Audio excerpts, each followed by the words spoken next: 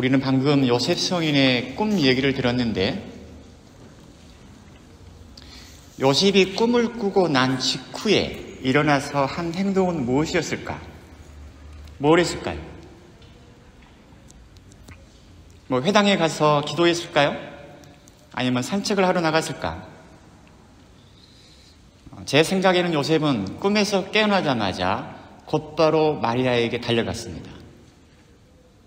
가서 마리아를 만나서, 마리아, 내가 방금 이런 꿈을 꾸었는데 이 꿈을 꾸기 전까지는 내가 이런저런 생각을 했어. 그러고 나서 마리아 역시 요셉에게 나도 천사가 나타나서 이런 말을 내가 전해 들었고, 그리고 이렇게 내가 아이를 가진 것은 바로 이런 이유 때문이라고 말했을 것 같습니다. 그래서 두 사람은 이미 약혼한 관계이기 때문에 서로의 어떤 신뢰 관계라고 본다면, 파혼 직전에 천사의 개입으로 두 사람의 신뢰 관계가 회복이 되었고, 그리고 그 시간대가 아침이라면 두 사람은 아주 마음 환한 아침을 맞이했을 것 같습니다. 오늘 복음을 보면 요셉은 마리아의 잉태로 깊은 고민에 빠져 있습니다. 다른 것이 아니라 자기하고 결혼하기로 한 여성이, 약혼녀가 아기를 낳은 겁니다. 요셉으로서는 엄청난 쇼크입니다. 어떻게 이런 일이 날 수가 있나? 도저히 이해할 수도 없고 받아들일 수 없는 엄청난 사건입니다. 아마 요셉은 마리아에 대해서도 어떤 배신감을 느꼈습니다. 분명하게.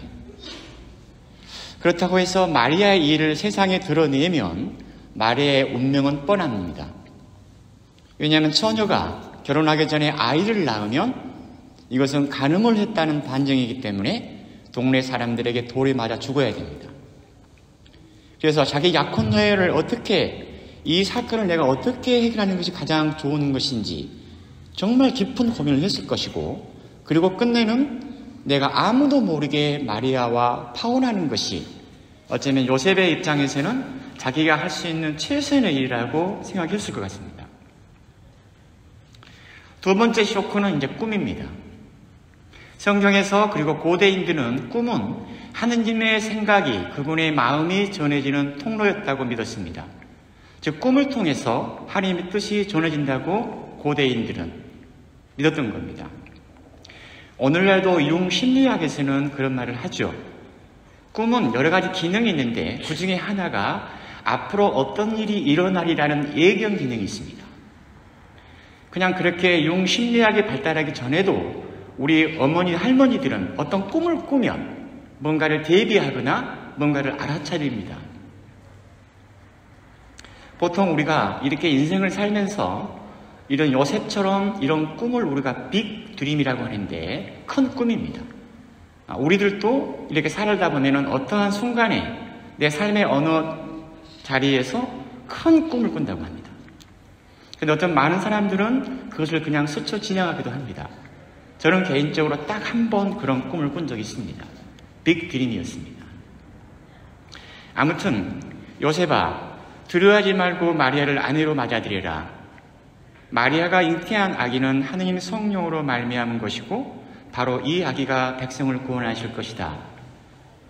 저 혼란 속에 있는 요셉이 처한 이 상황에 이 중요한 문제를 해결하기 위해서 천사가 개입을 하는 겁니다. 잠에서 깨어난 요셉은 주님의 천사가 명령한 대로 아내를 맞아들였다. 요셉은 천사를 통해서 전해준 하느님의 뜻에 바로 응답을 했습니다. 몇 년 전에 우리 교황님이 아버지의 마음으로라는 교서를 발표했는데, 그게 요셉 성인에 대한 교서입니다. 거기에 이런 대목이 나옵니다.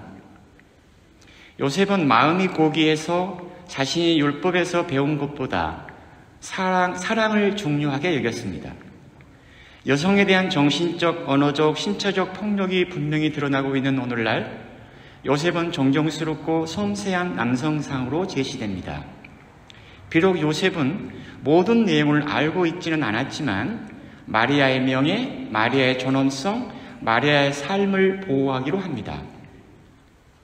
요셉이 어떻게 행동하는 것이 가장 바람직한지를 고민하고 있을 때 하느님께서는 그의 판단에 빛을 비추시어 도와주셨습니다. 이렇게 교황님이 말씀을 하십니다. 저 구원의 역사 안에서 하느님 아버지는 당신 아들을 마리아에게 맡겼고 또 동시에 어린 아들과 이 마리아를 보호할 사람이 필요했는데 그게 바로 요셉입니다. 한마디로 말하면 요셉은 당신의 하느님께서는 당신의 아들과 그리고 그 아들의 어머니인 마리아를 보호할 또 다른 사람이 필요했습니다. 요셉은 하느님이 신뢰해 준 사람입니다. 어느 익명의 수도자가 요셉 성인에 대해서 이렇게 소설을 했는데, 당신은 항상 남의 입장을 옹호할 줄 알았으며 남의 허물을 감싸줄 줄 알았고 자신의 포기와 양보로 평화를 도모하는 길을 추구하셨습니다.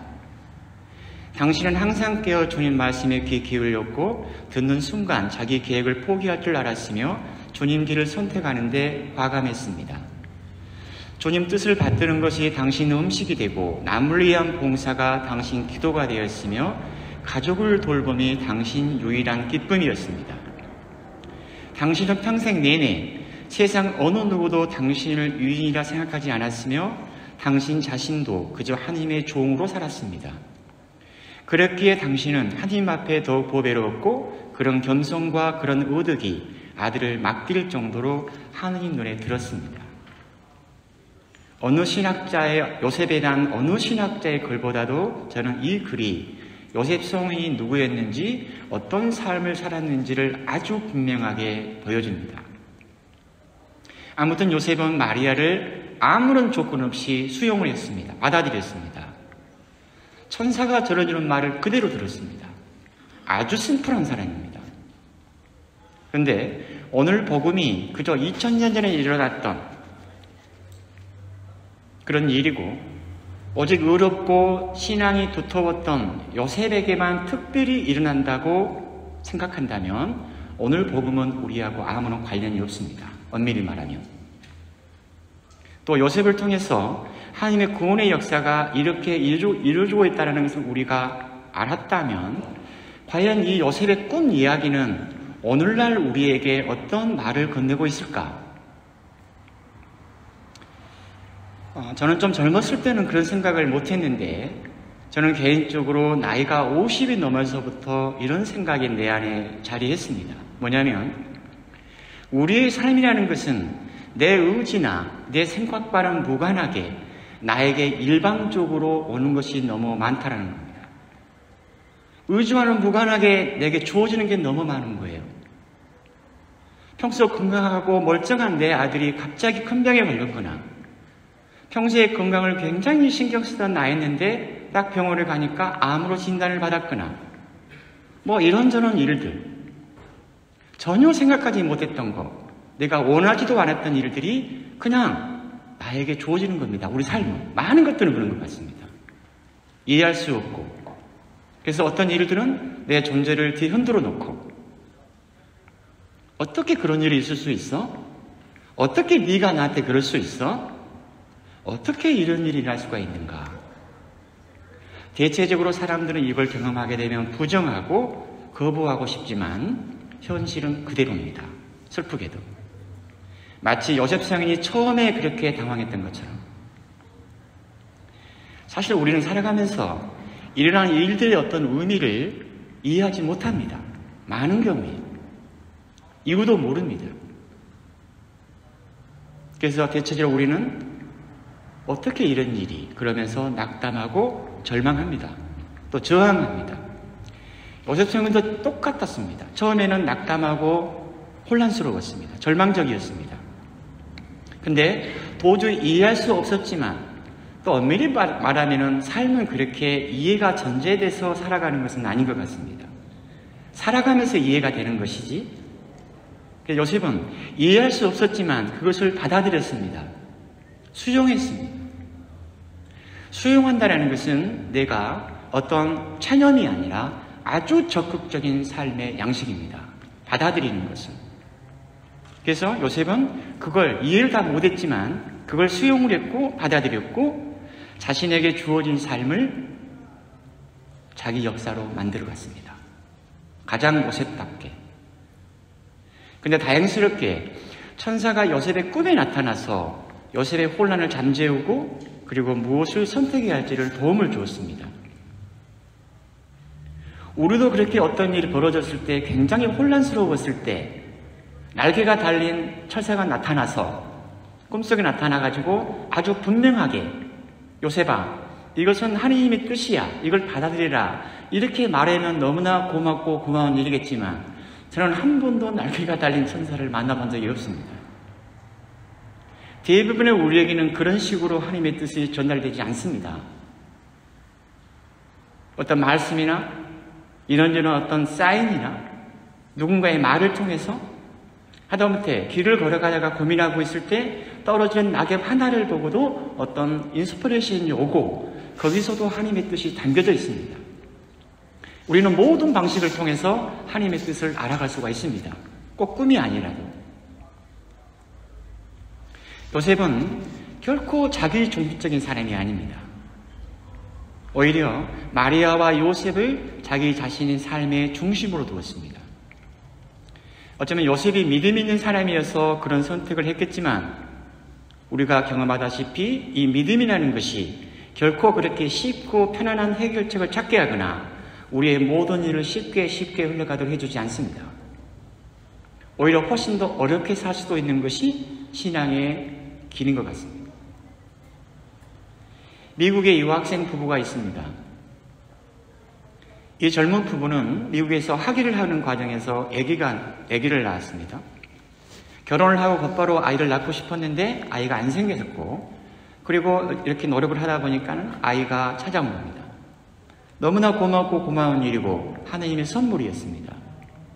그런데 조금 시간이 흐르다 보니까 이 아이가 장애가 있는 거예요. 왜 하나님은 우리에게 그렇게 예쁘고 건강한 아이를 주지 않고 이렇게 장애를 주는 아이를 줬나? 이 두 친구는 여기서 박사학위가 끝나고 나면 한국에 돌아가면 이미 대학에서 대학 교수로 이렇게 갈 수 있는 것도 다 확정이 되어 있었습니다. 굉장히 혼란스럽겠죠? 이 젊은 부부는. 그리고 얼마 있다가 결국은 미국에 남기로 있습니다. 이유는 단 하나입니다. 다른 교수 자리를 그런 게 중요한 것이 아니라 장애를 갖고 있는 내 아이가 그래도 살아가기에는 한국보다는 미국이 훨씬 낫기 때문에 남기로 한 겁니다. 그냥 주어진 겁니다. 시간이 좀 흐른 다음에 이 젊은 부부는 이런 고백을 하게 되는데 하나님 아버지께 감사드립니다. 이 아이가 이 세상에 반드시 태어날 아이였다면 그래서 이 아이를 다른 부부가 아니라 바로 우리에게 주셔서 감사드립니다. 우리는 이 아이를 짐이라 생각했지만 하나님이 주신 선물임을 이제야 더 깨닫습니다. 우리는 이 아이를 통해서 부모가 된다는 것이 무엇인지를 진정으로 깨달았고 무엇이 가족이고 무엇이 진짜 삶인지를 알게 되었습니다. 하느님은 비록 우리가 계획했던 길이 아니라 전혀 새로운 길로 우리를 이끌어 가셨지만 또 그 길이 비록 험하고 힘들었지만 우리는 그 길을 걸어가면서 우리는 하느님을 깊이 알게 되었습니다. 바로 생명의 하느님을 만났고 그리고 이 생에 줄 수 없는 아주 귀하고 소중한 선물들을 우리는 받았습니다. 끝으로 요셉은 과연 오늘날 우리에게 어떤 말을 건네고 싶어 할까? 요약하면 이렇습니다. 우리의 삶은 반드시 풀어내야 할 숙제가 아니라 하나님과 함께 살아갈 신비입니다. 교황님은 아버지의 마음으로라는 교서에서 마지막에 이렇게 요셉성님께 기도를 드리는데 구세주의 보호자이시며 복되신 동정 마리아의 배필이시여 하나님께서는 당신께 외아들임을 맡기셨고 마리아께서는 당신을 신뢰하셨으며 그리스도께서는 당신의 보호 속에서 성장하셨나이다. 복되신 요셉이시여 저희에게도 아버지가 되시어 삶의 여정에서 저희를 이끌어 주소서. 저희를 위하여 은총과 자비와 용기를 얻어주시고 모든 악에서 저희를 지켜주소서. 아멘.